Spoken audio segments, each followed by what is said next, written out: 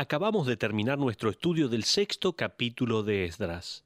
Si bien en nuestra Biblia los capítulos 6 y 7 están separados por 1 centímetro de distancia, en la vida real existe una brecha de 58 años. La primera frase de Esdras, capítulo 7, versículo 1, es «pasadas estas cosas». Pero Esdras no nos dice qué cosas. Lo sabemos al poner las cosas juntas, que una de esas cosas fue el casamiento del rey con una ganadora de concurso de belleza llamada Ester. Durante ese periodo de tiempo, entre Esdras capítulo 6 y Esdras capítulo 7, el ánimo acerca de la conclusión del templo decayó. Zorobabel se opacó. La ciudad de Jerusalén sigue en ruinas, sin muros ni puertas. La gente estaba sembrando sus campos y disfrutando sus casas. Desafortunadamente, también estaban satisfechos con una comunión con Dios mediocre y un compromiso con los paganos que le rodeaban. Luego, vamos a descubrir que comenzaron a casarse con incrédulos. Francamente, todo el júbilo inicial había desaparecido. Zorobabel había construido el templo. Nehemías vendrá luego a reconstruir la ciudad. Alguien en este periodo tenía que venir a reconstruir al pueblo. Necesitaba una reforma, y las reformas ocurren cuando la gente regresa para reconstruir sus vidas conforme a las pautas bíblicas. En una ocasión, Martín Lutero escribió: «He hecho un pacto con Dios, el cual no me mandó ni visiones, ni sueños, ni siquiera ángeles. Estoy satisfecho con el regalo de las Santas Escrituras, las cuales me dan abundantes instrucciones y todo lo que necesito saber, tanto para esta vida como para la que vendrá».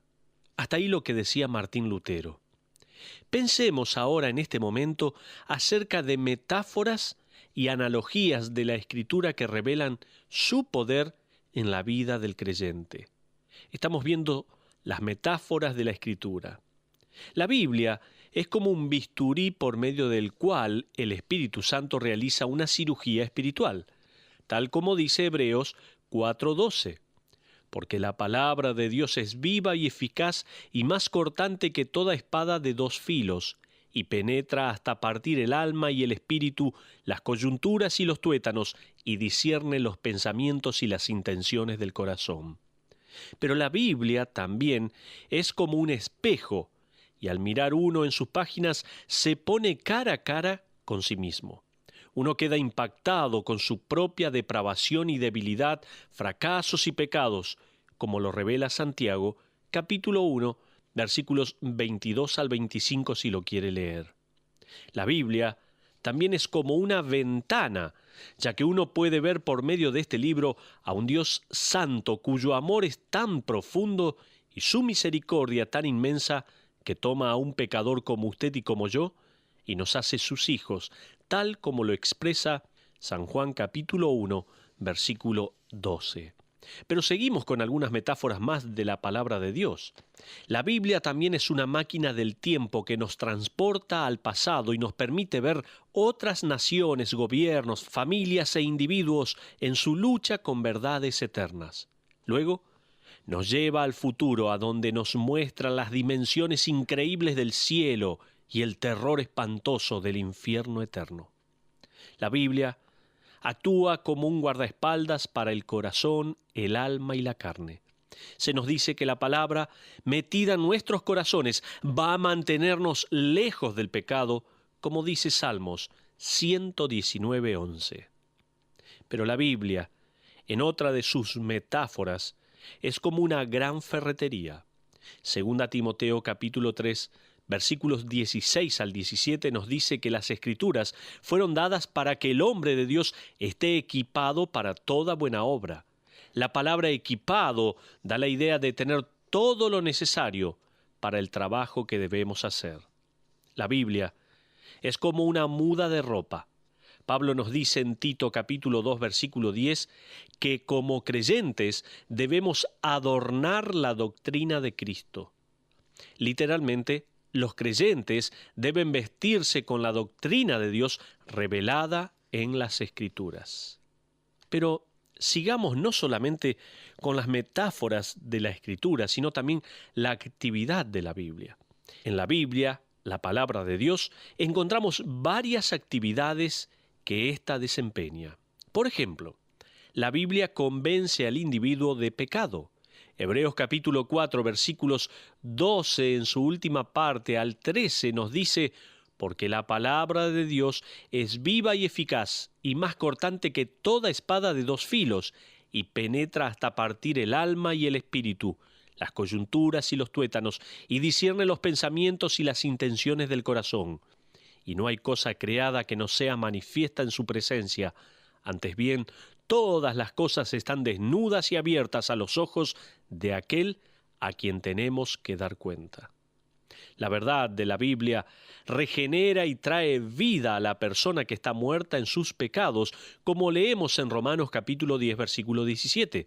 Así que la fe es por el oír, y el oír por la palabra de Dios.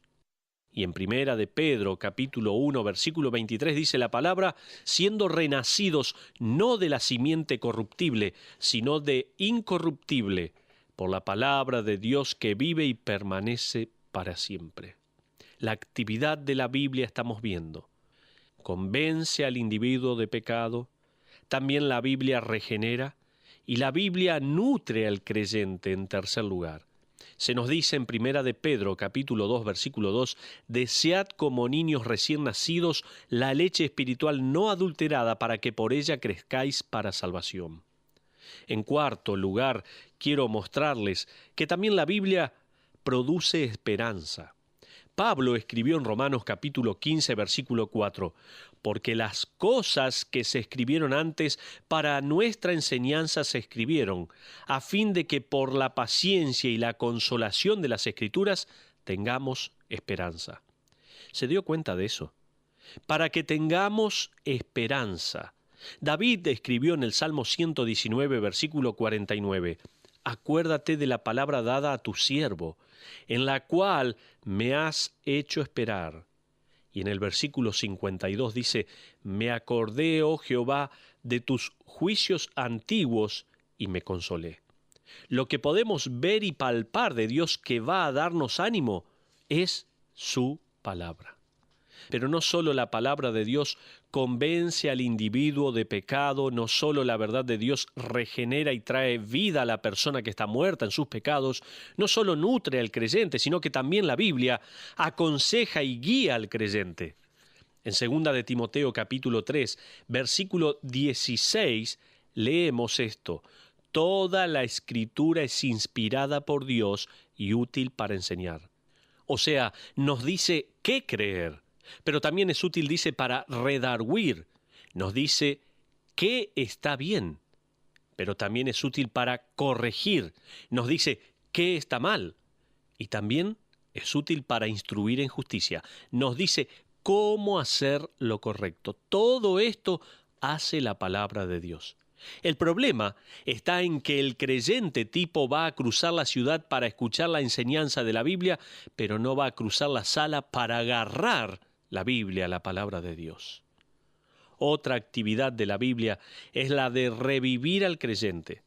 David también escribió en Salmo 119, versículo 50, «Ella es mi consuelo en mi aflicción, porque tu dicho me ha vivificado». En esta era de exposición a la verdad, por medio de libros, conferencias, seminarios, estudios radiales, televisión, todos maravillosos, pero trágicamente sutiles. La comunidad cristiana está débil y con poco color. ¿Cuál es la solución a todo esto? Donde tenemos muchísimas cosas para escuchar la palabra de Dios, pero no lo aprovechamos. Hay una cosa más que la Biblia es para el creyente, escuche bien. La Biblia es como la foto del rompecabezas. Le muestra a uno cómo se ve el producto terminado. A mí no me gusta armar rompecabezas, pero mi esposa los ama. Si uno le da una taza de café y 1000 piezas de desafío, ella queda encantada. Si regreso a casa de la oficina y la mesa está llena de piezas, sé que vamos a cenar lo que haya quedado del día anterior, téngalo por seguro. En algunas oportunidades he ido a mirar lo que ella estaba haciendo y cada vez ella tenía la tapa del rompecabezas con la foto cerca. La mira y la estudia para descubrir patrones o colores distintos. Se da cuenta. Esa caja le deja ver cómo es el producto final. Sirve como guía. Dios nunca le pide al creyente que coloque las piezas sin proveerle una foto de cómo se debe ver, cómo se actúa, cómo se responde, cómo se confiesa después de pecar. Dios no lo trajo a su familia para dejarlo solo, tal como lo puso un autor. Él decía esto: dejar a un creyente nuevo solo después de haber aceptado a Cristo sería como poner a un joven en la cabina de un avión y decirle: gracias por su decisión de querer ser piloto, acá están los controles, disfrute el vuelo. Sería algo así. No, Dios no hace eso. Se nos dice cómo hacer las cosas.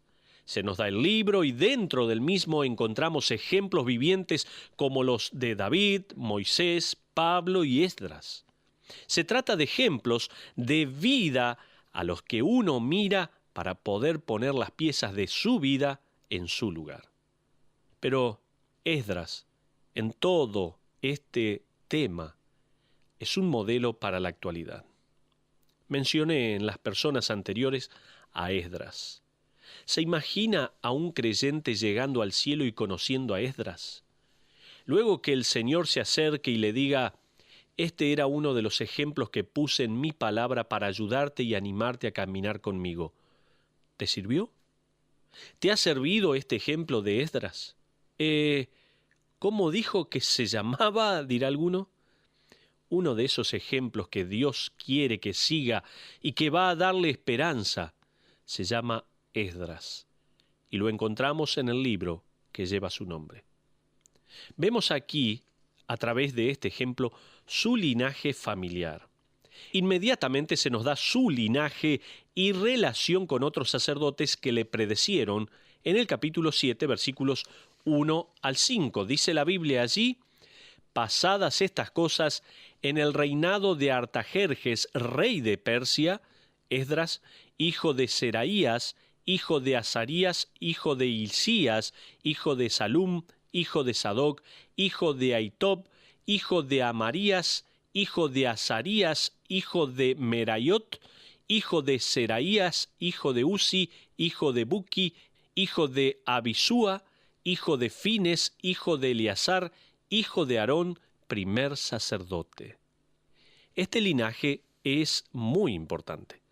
Esdras es descendiente del primer sumo sacerdote, Aarón, ¿recuerda? El hermano de Moisés. Ahora, todos los hombres entre Esdras y Aarón no se mencionan, pero se mencionan suficientes como para recordar a la nación del linaje de Esdras. Esdras era del linaje de Aarón. El versículo 1 menciona a Seraías. Este era abuelo de Esdras. Se trata del sacerdote asesinado por Nabucodonosor cuando Babilonia capturó y esclavizó a Israel. Luego, en el mismo versículo 1, otro ancestro de Esdras es nombrado. Se llama Hilcías. En Segunda de Reyes, capítulo 22, encontramos que la nación de Israel estaba siendo reformada por el rey Josías, y fue Hilcías quien encontró el libro de la ley perdido y abandonado.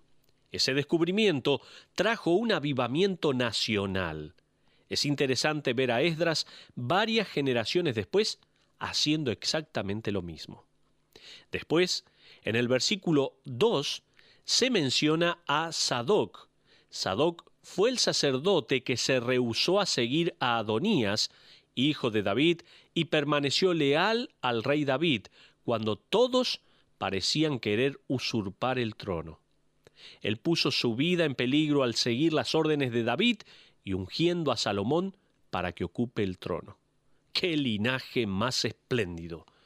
No es de sorprender que Esdras tuviera un grupo de seguidores cuando decidió abandonar Babilonia y regresar a Jerusalén para reconstruir el pueblo según la ley de Moisés.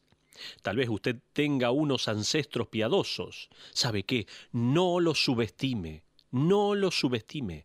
Agradézcale a Dios por ello, como sucedió con Timoteo, que aprendió las sagradas escrituras de joven por medio de su madre y su abuela.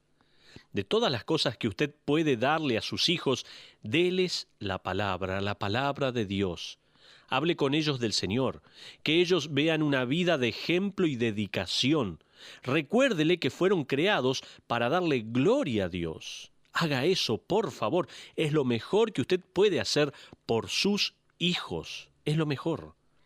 Timoteo aprendió las escrituras que Pablo dice iban a hacerlo sabio. Si usted es como Timoteo o Esdras, no subestime su pasado. Aprovéchelo, multiplíquese en la vida de otros. Por otro lado, algunos de ustedes no vienen de un hogar cristiano. Tal vez hay muchos así que están escuchando en este momento. De hecho, es posible que sea el único creyente en la familia. Si usted es el primero en su familia en confiar en Cristo, es como si fuera el Aarón en el linaje de su familia. Dios le permitió escuchar, ver y creer. Él le salvó.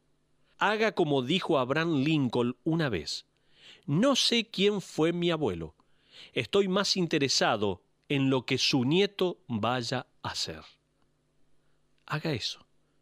Aproveche su tiempo, su vida, y influya en otras personas. Pero vemos a través de la palabra de Dios aquí en Esdras cómo su linaje familiar era descendiente de Aarón, aquel primer sacerdote. Pero vemos también aquí escrito en la palabra de Dios su ocupación. Ahora fíjese en el versículo 6, dice: este Esdras subió de Babilonia. Era escriba diligente en la ley de Moisés que Jehová, Dios de Israel, había dado. Cuando dice que era diligente en la ley de Moisés, el idioma hebreo nos da la idea de que era un escriba rápido, literalmente que copiaba rápido. Sin embargo, no se refiere a la velocidad con que Esdras copió Génesis, Levítico, Éxodo, Número, Deuteronomio y Josué, sino que Esdras era capaz y adiestrado en la ley de Dios. De hecho, el término escriba se refería a un hombre que era erudito en la Torá. En realidad, lo que distinguía a Esdras de los demás escribas, la cualidad que lo hacía tan dinámico en las manos de Dios, no era su linaje, sino su corazón. Tengamos un corazón como el de Esdras, diligente para escudriñar, para buscar, para indagar en la palabra de Dios. Pero también vemos no solo su linaje, no solo su ocupación, sino también su patrón piadoso. Fíjese el versículo 10. Dice: porque Esdras había preparado su corazón para inquirir la ley de Jehová y para cumplirla y para enseñar en Israel sus estatutos y decretos. Llama la atención que después de muerto lo llaman el segundo Moisés. Lo llamaban así porque Esdras guió al pueblo a las pasturas verdes de la palabra de Dios. Zorobabel construyó el templo, pero Esdras reconstruyó a la gente. Él los guió fuera de las tinieblas espirituales a la luz de la verdad espiritual. Y si usted pone la foto del rompecabezas delante suyo, descubrirá cómo Dios quiso que Esdras nos ayudara a resolver el rompecabezas de nuestras vidas. Le pregunto en este momento, ¿cómo está su vida y su relación con Dios? Tal vez usted dice: yo no provengo de una familia creyente, una familia espiritual, soy el único creyente. Y por mucho tiempo estuvo pensando eso y tal vez se estuvo cobijando, resguardando detrás de esa excusa para no obedecer a Dios. Por favor, considere el final de nuestra carrera. Considere esa foto del rompecabezas que está puesta delante de nosotros, como es la totalidad de la Biblia, y a través de eso usted puede comenzar a ser un linaje espiritual. A partir de usted, con su familia, con sus hijos, con su esposa, con sus nietos y con todos aquellos con los cuales usted pueda tener influencia. No permita que nada le distraiga de ese objetivo y que usted pueda cumplir con este propósito. Vamos a orar para terminar en este programa, agradeciéndole al Señor por la vida de estos hombres que quedaron escritos en la palabra de Dios para nuestro ejemplo. Nuestro buen Dios, gracias por poder compartir tu palabra. Gracias por los ejemplos como es el de Esdras, un hombre que pudo ayudar y sacar de esa tiniebla espiritual y llevar a la luz de la verdad espiritual a todo un pueblo. Señor, te rogamos por nosotros, por nuestra vida, pero también por nuestras familias y por todos aquellos con los cuales podemos tener algún contacto. Señor, ayúdanos a ser de influencia espiritual, para que ellos puedan conocerte y alcanzar la salvación también. Oramos por nosotros, por nuestras familias y, Señor, por todos aquellos que van a venir después de nosotros. Te alabamos. Pedimos que tú nos ayudes a ser de influencia. Lo hacemos en el nombre de Cristo Jesús. Amén.